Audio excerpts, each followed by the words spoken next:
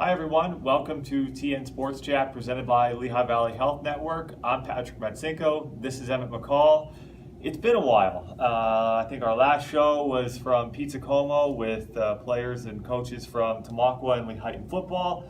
A lot obviously has happened since. It's been really busy since. Yeah, we've had quite a bit going on in the area and still quite a bit to go this weekend. State playoffs going on now in volleyball and field hockey and boys and girls soccer. We've got district playoffs coming down to the end in football. Yeah. Had a lot of really successful seasons, and like you said, some teams still playing. Yeah, and just kind of right off the bat, Northwestern football that's had such a phenomenal season, played so many big games, so many close games, came up with arguably one of their biggest wins of the season last week, knocking off Allentown Central Catholic, district playoff game. Tigers advanced to play Saucon Valley Saturday night. It's a rematch of earlier this season, which was a Northwestern victory. Probably Northwestern's best game of the year from all accounts that we've heard. Beat Saucon handily, 49-21, 49-28, I guess it was. But that might have been their most impressive performance to date. And I think too, you think about that with Saucon at the time was undefeated, kind of coming into that one. So Northwestern handed Saucon its first loss of the season. But that was a complete, well-rounded effort, kind of much like we saw just this past week against Allentown Central Catholic. We were, I guess, interested in that one where you pit a Colonial League against an EPC team, and by the record, you maybe would have thought Northwestern was favored, but Allentown Central Catholic had faced a lot of really tough EPC competition. They had a 3-7 record, but they beat Nazareth. They beat They beat Whitehall badly. They played some of the powerhouses in the EPC tough, so you didn't know how that was going to mesh up when they met one of the top teams in the Colonial League, and Northwestern showed they deserved to be the 3 seed in that game. And I think again with Northwestern in a lot of ways, it kind of starts at quarterback with Devin Bollinger. I mean, he's just been... Yeah, he's had a phenomenal year, and especially the second half of the year. I think we ran a story Chuck Hickson did for us in our overtime piece probably about the 6th or 7th week of the season, and it talked about through the first 4 or 5 games, Northwestern was kind of a run-happy team. Bollinger didn't have a game where he threw for more than 124 yards, I think, through the first 5 weeks of the season, and since week 6, he hasn't had a game where he's thrown for less than 190 yards, I think. He's just been exceptional. Yeah. And he does it with his arm and his leg. Right. 15 rushing touchdowns, 28 passing touchdowns, very few interceptions, high percentage. Yeah.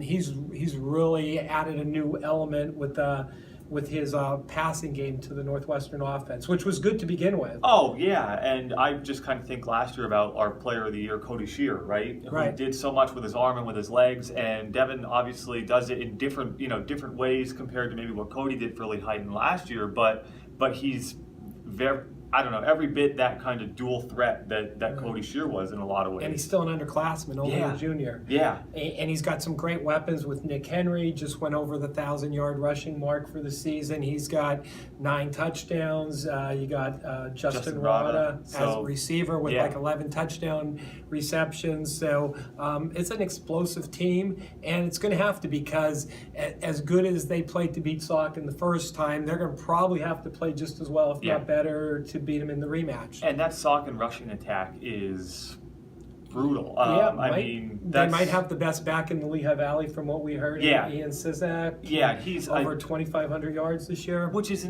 it's insane. I think they held him to 142 yards in that first meeting, which and he's been averaging close to 250, I think. So that's I think actually Coach Snyder said that after the game. Give him that, and I think we're good with giving him 142. Okay. Yeah, make somebody else beat you and not put the game in his hands and have him run wild for almost 300 yards or 4 touchdowns. But and that's a team that only averages about 10 passes a game. So you want to make them go do another method to beat you. Sure, and if you can kind of load up the box and maybe put it in the quarterback's hands and have him sort of make those big throws and have them push the ball down the field. But obviously you kind of know what you're getting with that rushing attack, which is brutal, almost difficult to stop. But the Tigers will be going for their first district title since 2014, which was right. Class A title, Double A title, beat North Schuylkill. Yep. And I think that was also a year coming off of an Eastern Conference title, I believe, or playing an Eastern Conference championship game also against North Schuylkill. So that'll be big. That'll be Saturday night. 7 o'clock Saturday night at Saucon Valley. It's only the semifinal round. Bethlehem Catholic and Pottsville are in the other 4A semi. But good luck to the Tigers. Absolutely. And that's our only football team left. We had other teams play, obviously, great seasons, great games last week. Jim Thorpe, Tamaqua, Lehighton, Marion all saw their seasons come to an end a week ago in the district playoffs. Jim Thorpe played Friday night against North Schuylkill in a monsoon, according to Rich Strack, who covered the game. And even just watching it on TV, it was like a lake in the middle of the field. But Rich Strack is former New Jersey high school football coach, been around football his whole life, coached 20-some years in Jersey. He's been writing for us for a few years. He told me he's never seen conditions like that for any game he's coached or played in or watched or covered. He said it was a lake. And that's one of those things too, just kind of following on social media, some of the other games that were also scheduled to be Friday night but got moved to Saturday. Just thinking about Emmaus, I think it was Emmaus Nazareth. They actually showed up at the field, right? And had a rain delay, and the officials decided, we're not going to send the kids out there. And even some of the other games down at Easton, where some of the other games were played, where it wasn't turf, it was grass. There were just pools of water on the field, off to the side. So, but again, a great season for Jim Thorpe. Led almost the whole way. Scored a touchdown in the first quarter. Had that 7-0 lead until 5 minutes left in the game, and a 90-yard pass play. A kind of bizarre 2-point conversion play where the ball's fumbled into the end zone and they recovered, and that's huge because you look at the score and it's 16-7, but the final North Schuylkill touchdown was 19 seconds left on a pick six because Jim Thorpe had to find a way to score, so you stop that extra point, and that whole last 5 minutes is kind of switched around. Who knows what happened? But great season, like you said. Tamaqua was also in the Class 3A playoffs. They played Notre Dame. They postponed until Saturday.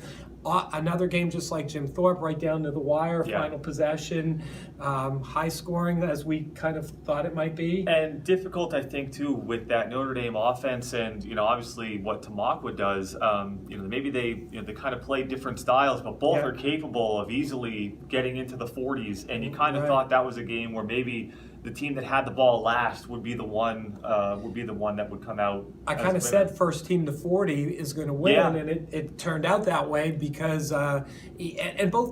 Tamaqua had a really good defense this year, but that Notre Dame offense has scored points on everybody. But they've given up points, and Tamaqua took advantage of that. Absolutely. Kind of a back and forth. Both teams had great athletes at the skill positions.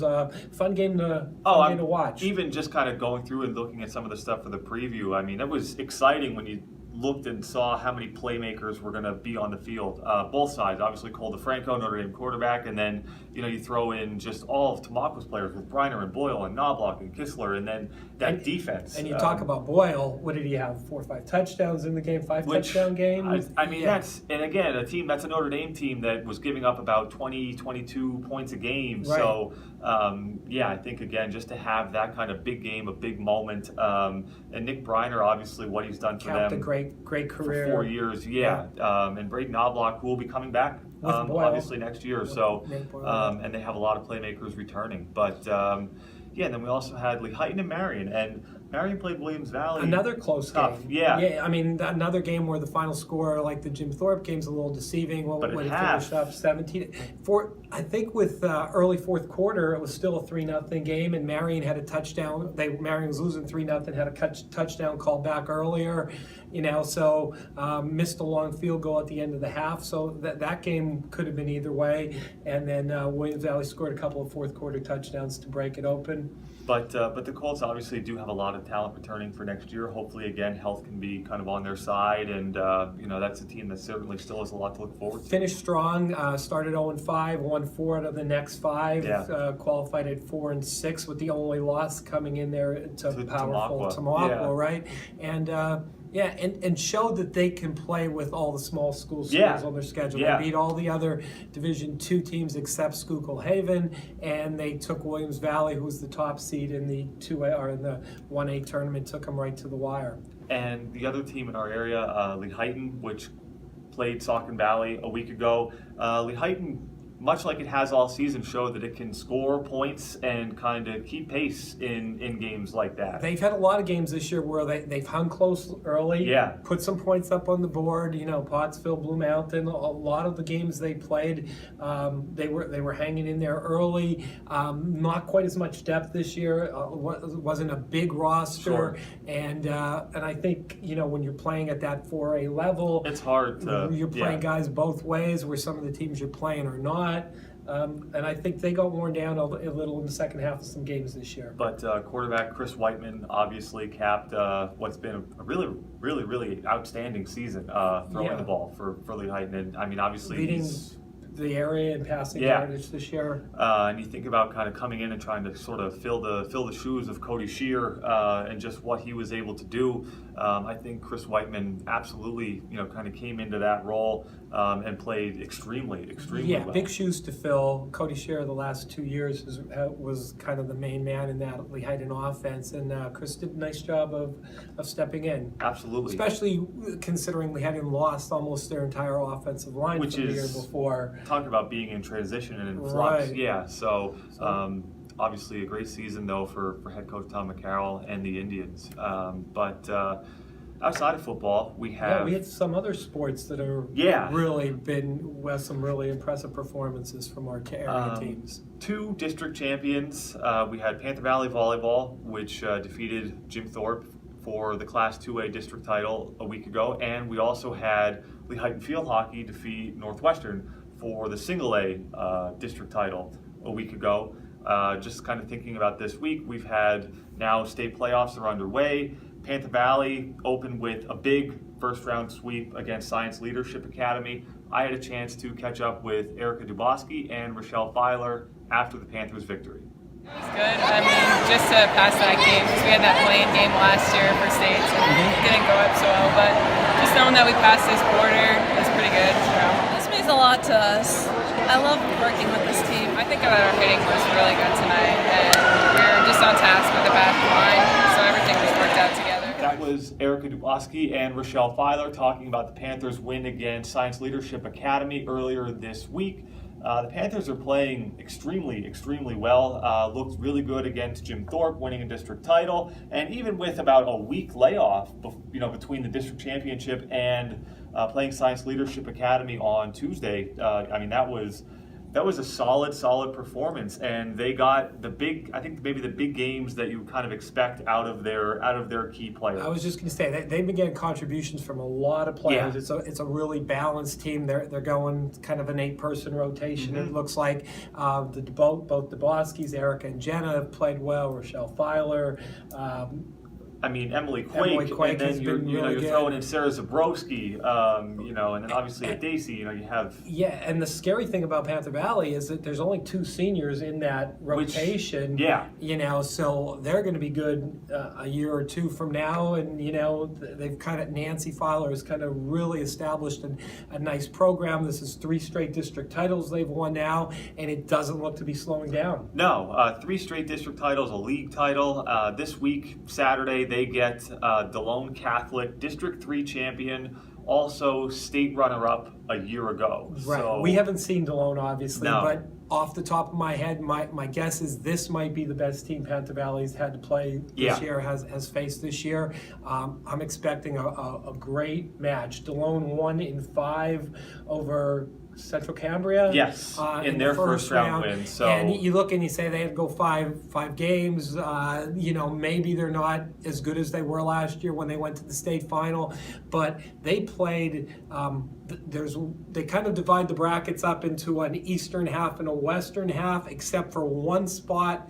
a Western team slips in with the Eastern teams, and that's where DeLone faced Central Cambria, and those West volleyball teams every year in small school volleyball. They're usually really, really good teams. So I think that DeLone win is actually really impressive. Yeah, and I think that's one of those situations where we've been able to kind of bank on that every year. Kind of going through the tournament, covering Marion, and any team that advances. When those Western PA teams get in those matchups, it's almost always the Western PA teams that are just usually some of the better competition throughout the state. So that'll be Panther Valley's match on Saturday at 1:00 at Governor Mifflin. It's You the will first. be there? Yeah, it's the first of a doubleheader. So in a lot of ways, that's good. You don't have to worry about if the first one runs long. So that should start promptly, hopefully at 1:00. And again, that's at Governor Mifflin. Panthers have only lost one time all year, and they're 2 games away from playing for a state championship. Yeah, so I think at this point it just it ramps up that excitement and that intensity, and if they can get through Saturday, then obviously they're just one step away. So that'll be Saturday. Also Saturday we have Lehighton field hockey in its second round game against Wyoming Seminary. I had a chance to catch up with Aleah Notestein after the Indians won a district title, defeating Northwestern 2-0 last week. So much to me. It's like a big, achievement that I've been wanting for these 3 years that I've been playing with these girls. That was Aleah Notestein talking about Lehighton's win over Northwestern last week in the district final. Notestein had a goal on a penalty stroke that kind of broke the ice, snapped a scoreless tie, really kind of propelled the Indians to a 2-0 win. Mackenzie Holtz also added a score in that game. And the Indians have been getting contributions from a lot of players throughout this season, throughout this postseason. I've covered them a couple of times, and I've seen them have 4 and 5 goal performances, and it's been 4 or 5 different girls scoring every time. Yeah, great balance. First year coach Vanessa Rimby has done doing an outstanding job getting them there. Took over for Corinne McConville, who did a nice job of kind of getting the program back to where it is now. They were 2 straight district title games. Went to states both years as the runner-up to Moravian Academy, but breaking through, beating Northwestern, and then beating Susquenita was 2-1. So, I mean, yeah. And in the Susquenita game, Chuck Hickson, who wrote the story for us, I thought had a real interesting lead. Lehighton was unsuccessful in their last 40 penalty corners, hadn't scored a goal off their last 40 penalty corners. Coach Rimby talked about working on it during the off week between districts and states, and it paid off. They got 2 goals off corners, and was the difference in the 2-1 win over Susquenita. And even, kind of going back to seeing them against Becca in the semis, and then seeing them against Northwestern in the final, they had so many chances, so many chances. But to be able to kind of break through like that is when huge. They needed them, yeah, too, absolutely. Because it was kind of an ugly, rainy, foggy night down there on Tuesday, and it kind of hurt the offenses a little with the wet turf down there at Whitehall. Slow track. Yeah, maybe, so took advantage of that.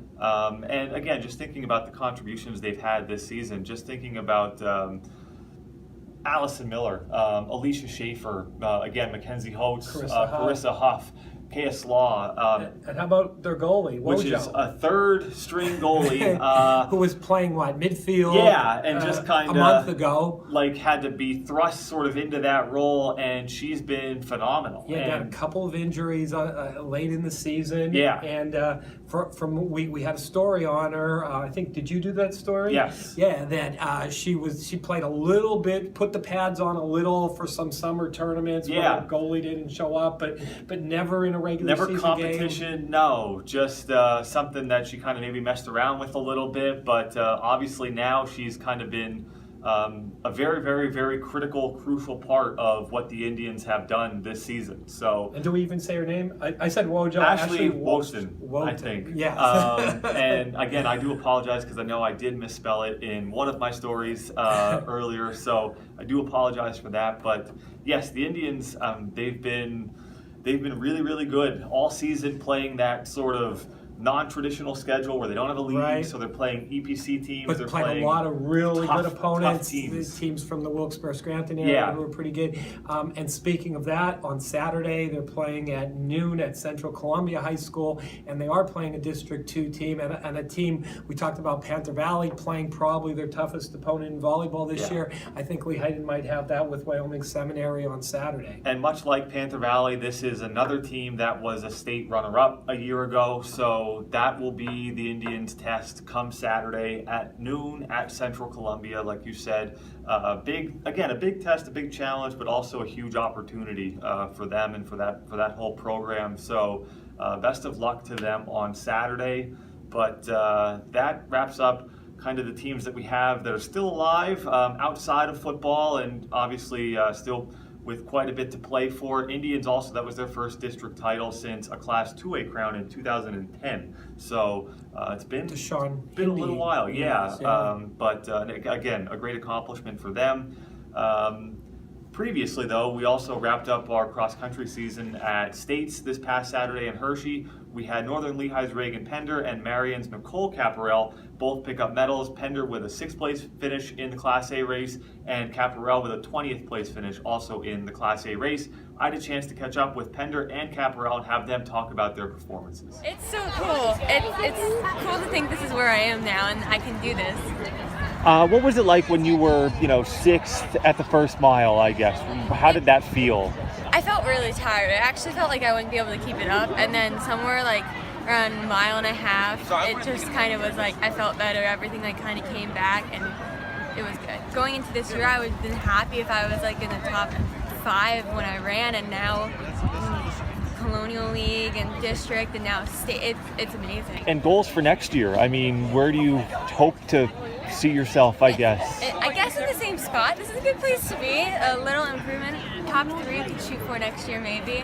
Just set a little higher goal. All 4 years I've been here, and I'll get like 50th, and it was good to be here, but this means everything. I'm so excited. I got to end on such a good note. Surgery was really hard. I wasn't sure how it was going to go this year, if I'd be able to, how I'd be running and everything, but it made it a lot better to be able to come back and be okay for this.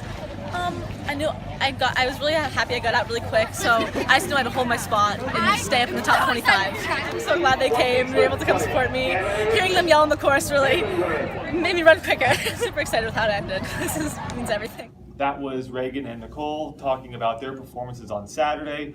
And just to kind of think about Reagan Pender first, I mean, that 6th place finish obviously is phenomenal, but her junior year has been a huge step forward from last year. She has really stepped up her game. Won leagues, Colonial League and District 11 championships. Like you said, 6th in the States.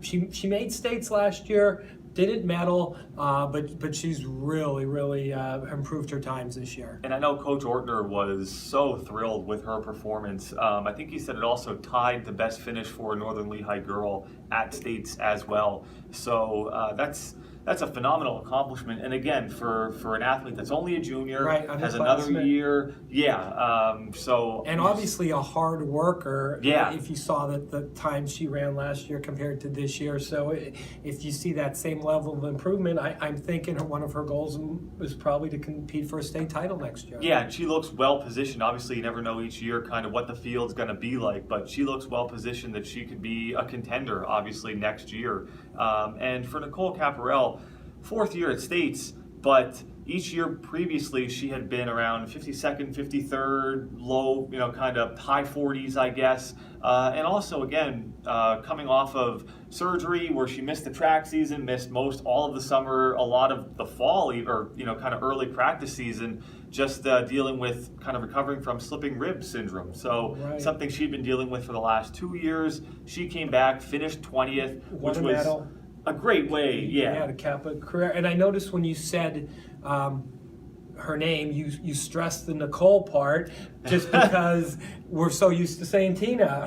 She's the younger sister, if you don't know, of Tina Caparel, last year's state cross-country champion 4 time. So she's kind of run in her sister's shadow for the last 4 years, because normally if you're somebody who goes to states 4 straight years, you're getting phenomenal. a lot of publicity. But she had to kind of take a backseat to her sister, and this year she came up with her best performance, which was nice. And I know Tina was there on Saturday, so she was able to give McCall her medal, which was really cool to see. Tina's actually competing at Delaware, which is Division I program now. So so that was a neat day all around on Saturday for them. But outside of that, we also had the Northwestern girls, district league champions, get extremely close to a top 2 finish, which would have been state medal. Yeah, so the team, they finished 3rd, which is phenomenal in that Class 2A field, which is super competitive. I mean, they came out of district champion, but now only one team goes out from the 2A side for the girls. They beat Tamaqua by 5 points at districts, got to states, finished 3rd as a team, had Alyssa Zach finish 35th overall as their top finisher. That was, I think it's one of the best seasons for Coach Chris Ditzel and that whole team. And that's really impressive. Not that 35th isn't a great finish, but when you're top, you don't have anybody in that to medal or in the top 5, and your team score is still third best team score. You have a nice grouping of solid, deep team there. And that's the thing, even going back to districts, they didn't have anybody in the top 5 at districts. So to have a team championship with only 59 points, Tamaqua had 64, but to have that with only 59 points and not have anybody in the top 5 is remarkable. I mean, their grouping is phenomenal. There's not much of a gap from 1 to 5 to 7. So it's great team depth, and that's what they've established at Northwestern. Every year. Yep, lots of good runners, and that competition just on their own team and workouts through the off-season months, that kind of is what builds the team to where they are now. And I'm just thinking about Saturday, it was Alyssa Zach leading the way, but another senior and a captain, Madeline Consuelos, had a nice run, and then a sophomore, Kaylin Jones, who's kind of been up there and one of the front runners, and Molly McGorry, obviously. They were kind of the top 4, and then you have Sarah Suppley. So, I mean, they have a nice group and a lot of kind of interchangeable parts where... And a lot of them returning. Yeah, and the top girl one week might not be the top girl the next week, so definitely nice depth for Northwestern, and congrats again on a great season. Palmerton senior Jake Martinez rounded out his cross-country career with a 42nd place finish in the Class 2A boys race. Tough field, tough course as well, with it being wet, muddy, kind of waterlogged, bogged down. I don't think anybody was expecting times on Saturday to be earth-shattering in any way, because it was just a slower track, slower race. But nice race for Jake, who is also going to be running at Lehigh. Great career. Medaled in Class A last year, and now Palmerton stepped up to AA this year. But another really, really impressive year for Jake. And I know he's looking forward to track season as well, so he'll have a lot to look forward to with track season, and then obviously the next four or more years at Lehigh with his college career. So that was what we had on this cross-country front. And we wanted to talk a little bit about some other teams that had great seasons, ended up losing in district championships this year. First one of them, Northwestern boys soccer, which had been so good. I mean, it is so good. State obviously. Finals the previous 2 years. Yeah, to have that kind of run of success, again, where you're having roster turnover, just to be able to kind of maintain that year after year. What was it, 4 straight league championships, 3 straight district championships. That streak was ended this year. Lost a tough 1-0 decision to Southern Lehigh. Which is another always good program. Right, and it was kind of a... Northwestern, that's a good soccer league, and Northwestern has just dominated the last 4 years. They had won 59 straight matches against other Colonial League teams, whether it was in regular season or league playoffs or district playoffs where they've met a Colonial League foe, and that ended that streak of 59 straight. But once again, another 2-loss season, 19-2 or 19-2-1 or something like that. Northwestern was, so another great season for them. Yeah, Coach Hunsker does an awesome job there every single year. No matter who he has, those teams are phenomenal every single year. Right, and while Northwestern Soccer is a program that's been there lots of years in a row. In volleyball, we had a team that had, I don't know when the last time Jim Thorpe, if ever, made it to a district championship. I mean, that's so great for that team, for that program, and obviously to think about, kind of a matchup there with Panther Valley, and they played them, I know it was in 3 sets, but they played them tough, right. Just like they did during the season as well. Right, so, and it's a program that's really taken a step up to the next level the last couple of years. Coach Victoria Nichols has done a really good job, just kind of getting them to that level, and then also just kind of maintaining it, and now continuing to be a real contender, in the Schuylkill League, and obviously outside of that, which is, because they didn't get in there, they weren't there as a 2 seed, so they knocked off, was it Notre Dame? So, so they obviously, they showed throughout the season and then in the postseason that they can play. Yeah. So, and expecting continued improvement and progress in the future. Coach Nichols has the team definitely program heading in the right direction. Yeah, a lot of young talent as well. So. So those were our other teams that advanced to district championship. The other one was Northwestern field hockey, who we talked a little about earlier. Yes. Lehighton beat them in the finals. That's another program like Jim Thorpe's that it had been down a little bit, and the last couple of years they've taken their program up and made a nice run in the district playoffs. And let's not forget they knocked out Moravian. Right. I mean, that knocked out defending 2-time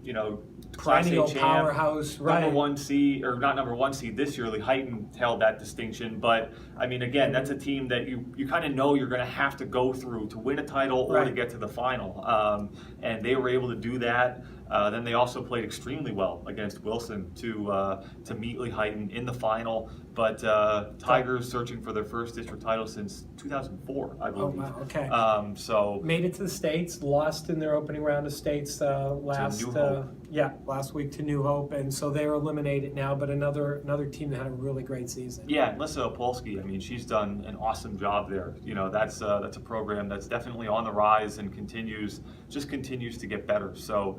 Had a pair of college recruited goaltenders on the program this year, a Division I goalie and a Division II goalie, and that could sometimes cause a little problems on the team, but they split it one half throughout the season, and it worked. It really worked well for them. Yeah, absolutely. They were able to kind of ride that all the way through. Certainly a nice luxury to have. Some teams don't have one. They had 2. So and the team was built around the goalie and the defense. Yeah. And did a nice job. So congrats again to all the teams that captured district championships, played for district titles, just everything all season. It's been a great year, obviously with pretty much all of our sports. We had, I think, a phenomenal season in the fall. A lot of stuff to cover, a lot of stuff to write about. So hopefully more next week. Yeah. Northwestern football tomorrow night. Panther Valley volleyball. Lehighton field hockey. All good luck to all those teams. And if we get some wins, we'll be back here talking about them next week. Absolutely. But I think that's all. I think that's all we have for this week. So. Thank you for tuning in to TN Sports Chat, presented by Lehigh Valley Health Network. For Emmett, McCall, I'm Patrick Matsinko. We'll see you next week.